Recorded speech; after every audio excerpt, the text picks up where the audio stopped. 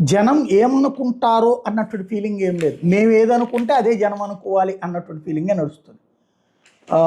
ఇసుక నుంచి పిండుకుని 1860 కోట్ల రూపాయలు దోచేశారు. జగన్ జమానాలో ఇసుక తవ్వకాల్లో దోపిడీ. అనుమతి లేని చోట 2611 హెక్టార్లు తోడేశారు. 3.91 కోట్ల మెట్రిక్ టన్నులు తరలించారు. ఏపీ శాఖ సాయంతో లెక్క తేల్చిన గనుల శాఖ. బాగానే ఉంది. ఇంతకీ అనుమతి ఎవరిస్తారు నాకు అర్థం కాలేదు. ప్రభుత్వం ప్రైవేట్ వాళ్ళకి ఎవరికైనా లీజులకి ఇచ్చారా? ఒకళ్ళకే లీజుకి ఇచ్చారు. టోటల్గా ప్రభుత్వమే మానిటరింగ్. అక్కడ తినలేదు అని చెప్పను. వీటిలో ఖచ్చితంగా కింద అసలు వాళ్ళ ఎమ్మెల్యేలు వీళ్ళందరూ గొడవ పడింది ఎందుకు? వాళ్ళ కార్యకర్తలంతా వాళ్ళని నిన్నవ్వలేదని చెప్పేసి. నిజంగా వేసుకుంటే ఊరు వాడు ఇప్పుడు తవ్వుకోవట్లేదా? ప్రభుత్వం ఎవరికి అనుమతిస్తే అది. దాంట్లో ఎన్జీటీ నిబంధనలు. ఇప్పుడు మరి ఎన్జీటీ నిబంధనలు ఏమైపోయినాయి?